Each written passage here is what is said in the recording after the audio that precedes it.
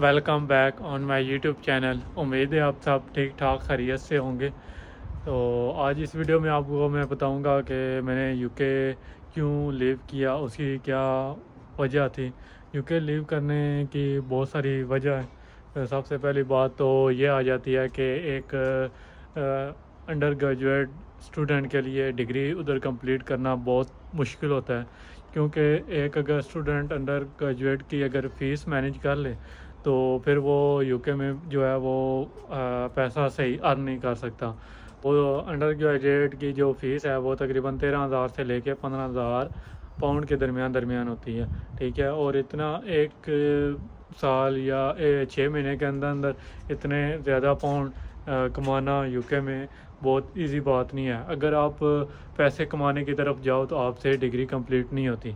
तो सबसे बड़ा रीज़न ये आ जाता है, जब अंडर ग्रेजुएट की मैं डिग्री कंप्लीट कर लेता हूँ तो वो देन मुझे अप्लाई करना होगा पीएसडब्ल्यू के लिए भी मुझे जो है वो तकरीबन फ़ीस पे करनी पड़ेगी पीएसडब्ल्यू ख़रीदने के लिए। देन पीएसडब्ल्यू के दौरान मुझे स्पॉन्सर जॉब ढूंढनी पड़ेगी।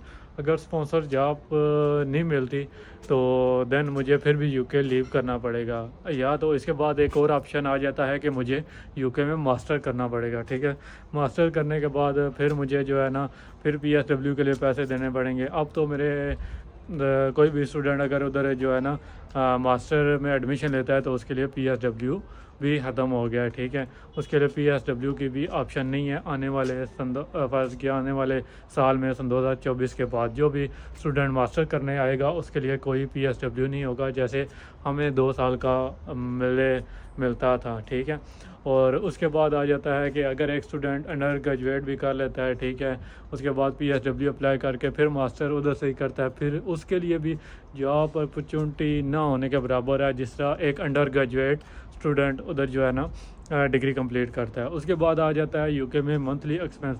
यूके में जो मंथली एक्सपेंस हैं वो बहुत ज़्यादा हैं। ठीक है, इतनी अर्निंग नहीं है, जितने आप अर्निंग की तरफ जाएंगे इतने आपके मंथली एक्सपेंस बढ़ते जाएंगे। फर्ज किया एक अगर स्टूडेंट है, ठीक है, एनआई पे जॉब करता है तो वो उसके जो है ना ड्यूरिंग टर्म आपके 1200 पाउंड बन जाएंगे। और तो आप अगर 3,000 पाउंड कमाते हो तो फिर आपको गाड़ी भी लेनी पड़ती है। ठीक है, फिर गाड़ी की इंश्योरेंस मंथली इंटरनेशनल लाइसेंस पे आपकी इंश्योरेंस भी आई आती है 200 पाउंड 250 पाउंड। ठीक है, तो 150 पाउंड अगर आपने ओरिजिनल इंश्योरेंस करानी है अपने नाम की और अपनी डेट ऑफ बर्थ आप जिधर रह रहे हैं, और इसमें भी बहुत ज़्यादा डिफरेंट टाइप की इंश्योरेंस आ जाती हैं। ठीक है, अगर आप इंश्योरेंस कराना चाहते हो फिर 150-200 इंश्योरेंस का हो गया, फिर आपको 200 रूम रेंट हो गया। अगर आप 22 खाते हो तो महीने का आप 150 170 180 एक्सपेंस खाने पीने का, तो फिर ये मिला के फिर आपका एक्सपेंस तकरीबन ना करते भी 1000-1200 तक चला जाता है अगर आप मतलब कि 3,000 कमाते हो। ठीक है, फिर आपका रोज़ाना का जो पेट्रोल फ्यूल एक्सपेंस है वो तकरीबन 15 पाउंड 10 पाउंड अगर आप सिक्योरिटी शिफ्ट करने जाओ तो। अगर तो आपने यूके में गाड़ी रखी हुई है तो फिर आपके एक्सपेंस नॉर्मली 15 से 1600 तक चले जाते हैं। ठीक है, उसके बाद आ जाते हैं कि अगर आप एज आ अंडर ग्रेजुएट और मास्टर भी डिग्री कंप्लीट कर ली, आपको स्पॉन्सर जॉब भी ना मिली, तो फिर एक और तरह के स्टूडेंट होते हैं जिस तरह मतलब कि कर लें कि यूके में शादी कर लेते हैं। ब्रिटिश शादी मतलब ब्रिटिश तरीके से शादी करके वो सबसे पहले इंटरव्यू देते हैं यूके में, और यूके में इंटरव्यू देने के बाद फिर उनका अगर इंटरव्यू पास हो गया तो बीआरपी आ जाता है। अगर वो इंटरव्यू उनका पास ना हुआ तो फिर आप वकील के ज़रिए आप केस करते हैं। ठीक है, फिर वो केस जीतने के बाद फिर आपका बीआरपी आता है। अगर एट दी एंड जाके 5 साल जब आप पहले 2.5 साल का मिलता है, फिर 2.5 साल का, 2 बीआरपी, 5 साल बाद फिर आपको एक आईएलआर लेना पड़ता है। ठीक है, इंडेफिनेट के बाद फिर आपको जो है ना फिर आप नेशनलिटी के लिए इंडेफिनेट हो जाते हैं, मतलब कि अप्लाई करने के लिए। और अगर फिर भी आप कहा उस वक़्त के दौरान कोई ना कोई मतलब कि क्राइम हुआ होगा, फिर वो क्राइम को पहले क्लियर करना पड़ता है, तो फिर आप जाके नेशनलिटी अप्लाई करते हैं। सन 2021-22 के बाद बहुत सारे स्टूडेंट जो यूके में आए हैं वो तकरीबन सारे स्टूडेंट जो है वो मोस्टली अगर 100 स्टूडेंट आया है 100 में से 80 स्टूडेंट जो है वो स्पॉन्सर जॉब ले रहा है, स्पॉन्सर वीज़ा ले रहा है। ठीक है, कोई केयर होम का ले रहा है, कोई कंस्ट्रक्शन का ले रहा है।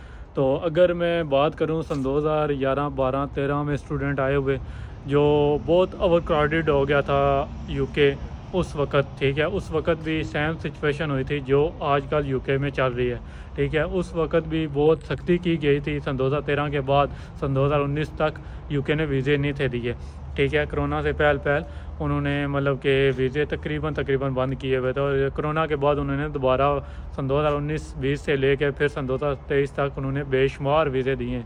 जो वीज़ा मतलब कि अप्लाई करता था उसका वीज़ा लग जाता था। और बहुत सारे मुझे दोस्त ये समझ रहे होंगे कि मतलब कि मैंने यूके में रहते हुए स्पॉन्सर जॉब क्यों नहीं ली। तो मुझे चाहिए था कि यूके में रह के मुझे स्पॉन्सर जॉब लेनी चाहिए थी। तो मैंने यूके में रह के मैंने स्पॉन्सर वीज़ा क्यों नहीं लिया, स्पॉन्सर जॉब मैंने वीज़ा TR2 में कन्वर्ट क्यों नहीं कराया। क्योंकि इस वजह से मैंने कन्वर्ट नहीं कराया कि मुझे मतलब कि अगर तो मैं पहली बात है वीज़ा लेता, स्पॉन्सर जो वीज़ा होता है स्किल वर्कर वीज़ा, अगर लेता 18 से 20 हज़ार उसका ख़र्चा होता है, ठीक है। 15,000 पाउंड से लेके 20 हज़ार के दरमियान जो जितनी डिमांड करता है उसको देने पड़ते हैं पैसे, ठीक है। तो फिर मतलब कि अगर 6 महीने बाद साल बाद अगर वो कंपनी बंद हो जाती है तो मेरा जो वीज़ा है वो कैंसिल हो जाएगा, ठीक है। BRP कैंसिल हो जाएगा, तो फिर मैं ज़ीरो हो जाऊंगा। फिर मुझे UK VI की मेल आएगी कि आप या तो UK लीव कर जाओ या तो नया स्पॉन्सर ढूंढो। फिर मुझे नया स्पॉन्सर ढूंढने के लिए फिर मुझे 10,000 12,000 खर्चा करना पड़ता, ठीक है। तो ये भी एक मैं कहता हूँ कि एक रिस्की बात थी अगर मैं स्पॉन्सर लेता तो इस वजह से मैंने स्पॉन्सर नहीं लिया। तो इसके अलावा और कोई ऐसा सलूशन नहीं था यूके में रहने के लिए लीगल, कि मैं यूके में लीगल रहता। तो इलीगल से बेहतर था कि मैं यूरोप मूव हो जाता, ठीक है। यूरोप में सिर्फ 2 ही कंट्रियाँ हैं जो आपको डॉक्यूमेंट दे रही हैं।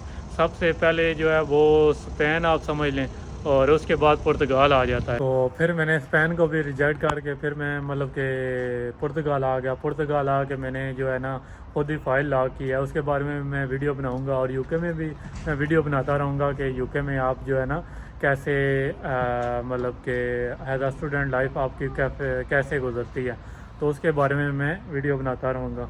तो पुर्तगाल के बारे में मैं वीडियो बनाऊँगा अब इन फ्यूचर में, कि मैंने खुद फाइल लॉक कैसे की है, और इधर जो है वो आप एजेंट के स्कैम से कैसे बच सकते हैं, ठीक है। इधर बेशुमार एजेंट हैं, ठीक है। इतने पाकिस्तान में एजेंट नहीं होंगे जितने जो पुर्तगाल में बैठे हुए हैं एजेंट। और तो इस वजह से मैं पुर्तगाल मूव हो गया। तो उम्मीद करता हूँ ये व्लॉग आपको अच्छा लगा होगा। मिलते हैं नेक्स्ट व्लॉग।